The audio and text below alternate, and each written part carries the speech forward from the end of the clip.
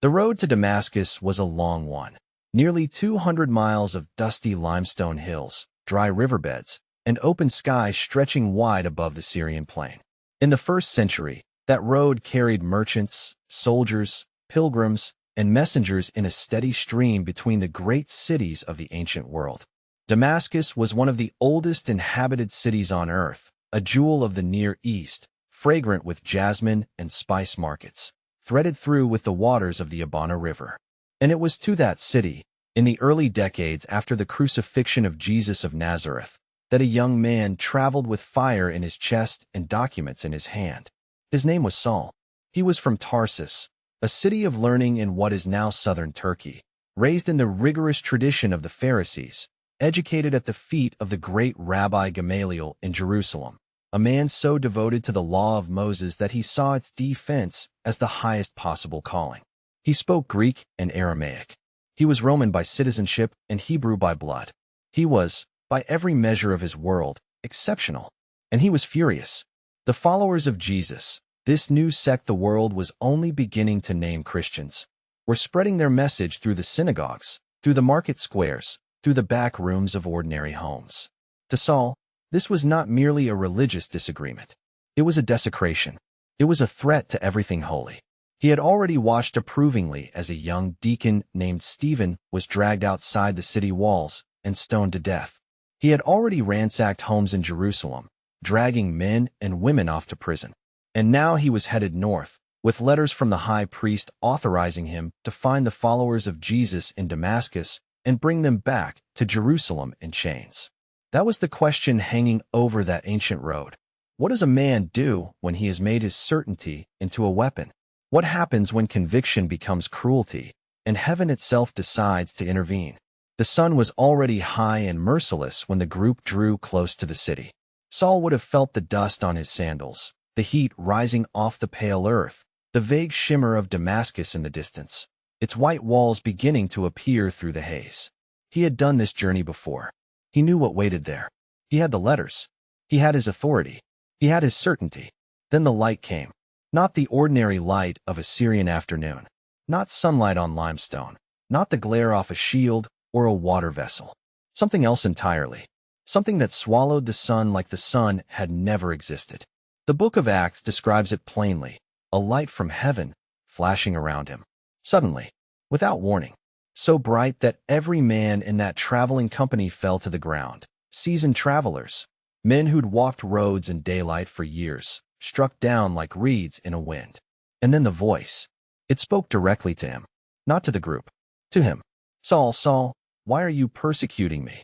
The Greek word Luke uses, the one translated persecuting, carries the weight of pursuit, of hunting, of relentless attack. Whoever was speaking knew exactly what Saul had done, knew it intimately, knew the name Stephen had called out, knew the sound of chains in Jerusalem's streets. And still the question was framed not in rage, but in something that sounds almost like grief. Why are you doing this to me? Saul, on the ground, in the blinding white, managed to speak. Who are you, Lord? And the answer rearranged everything he had ever believed. I am Jesus, whom you are persecuting. Let that land.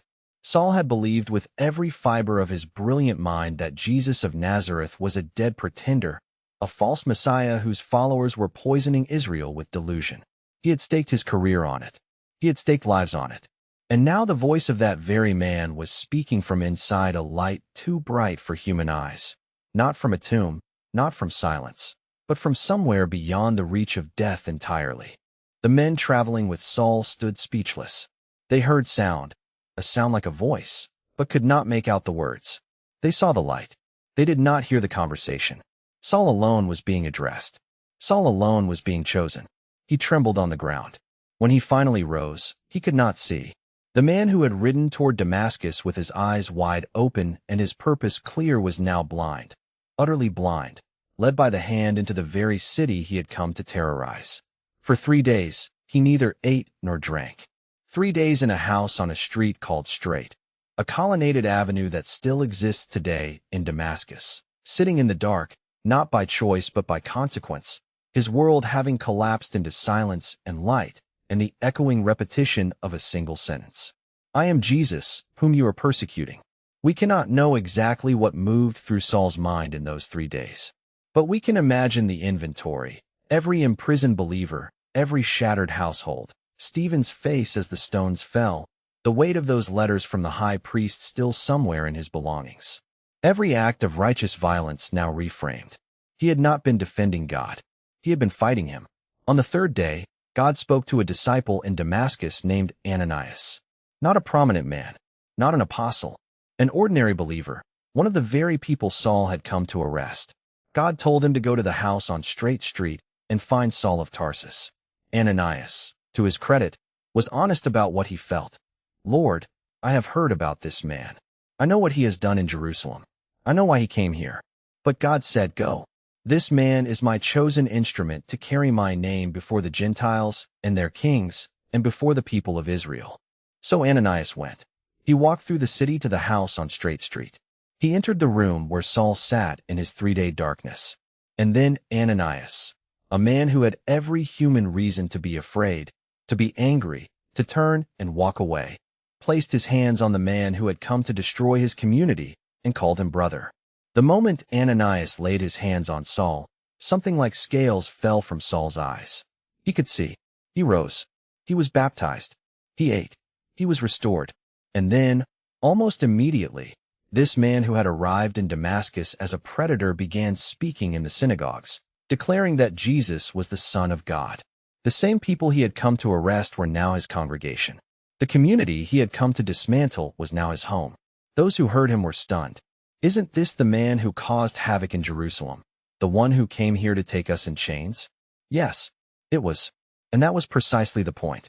What this story shows us is something the human heart rarely gets to witness so nakedly. The moment when the universe refuses to let a person stay who they were.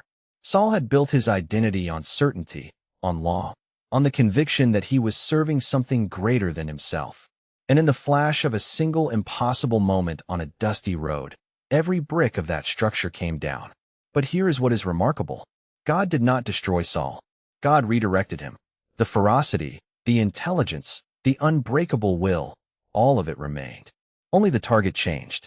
The man who had hunted believers across 2 countries would spend the rest of his life being hunted himself, shipwrecked, beaten, imprisoned, and ultimately martyred for the name he had once tried to erase.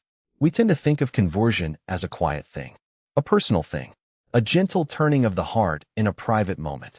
But sometimes the turning requires a light that swallows the sun, a voice that knows your name, and 3 days of darkness before the scales finally fall away. Sometimes grace looks nothing like we imagined and changes everything we thought we knew.